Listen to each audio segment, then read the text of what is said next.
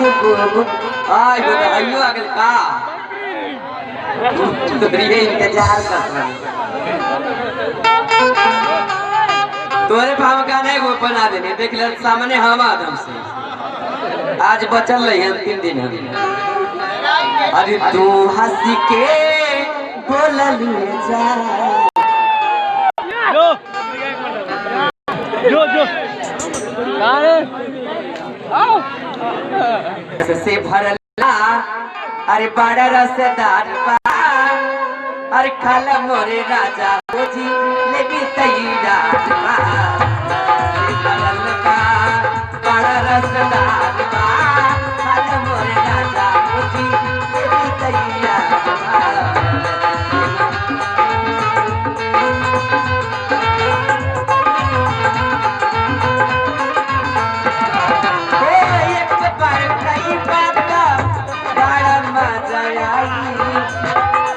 कट दिल कट भर जाए एक बार कई बात मजा आई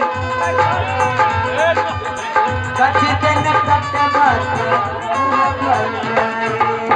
हमारे पिया हमारे पिया के